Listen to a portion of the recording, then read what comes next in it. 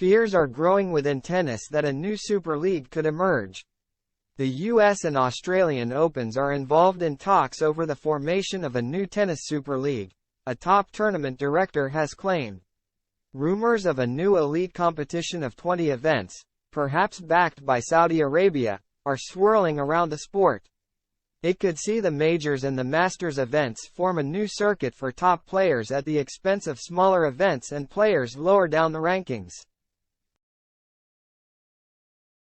A new exhibition event starring Novak Djokovic and Rafa Nadal will be staged for only 6 players in the Kingdom in October, it has been announced this week.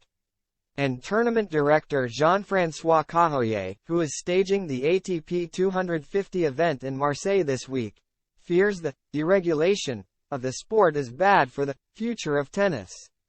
Asked by L'Équipe if he could confirm attempts to start a Super League, Cahoyer said, "Yes.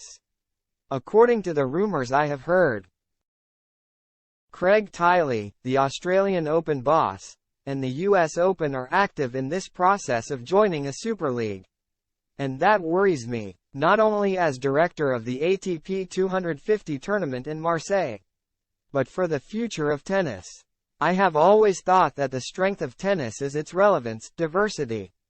It's not a sport that can be treated in the media like Formula One. It has nothing to do with it. This desire for a parallel circuit has been there since 1997. When Boris Becker discussed a tour with a reduced number of tournaments for the best players. This didn't work. It made it possible to create the Super Nines, which have since become Masters 1000.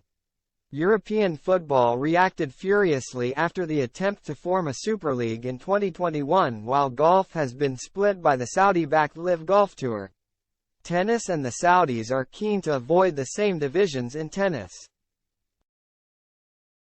The Next Gen Series was staged in Jeddah for the first time in November, while the Six Kings Slam will be staged in October.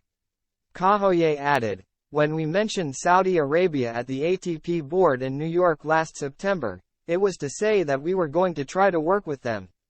We are going to integrate them into our thinking. That's why we saw the organization of the Next Gen Masters in Riyadh."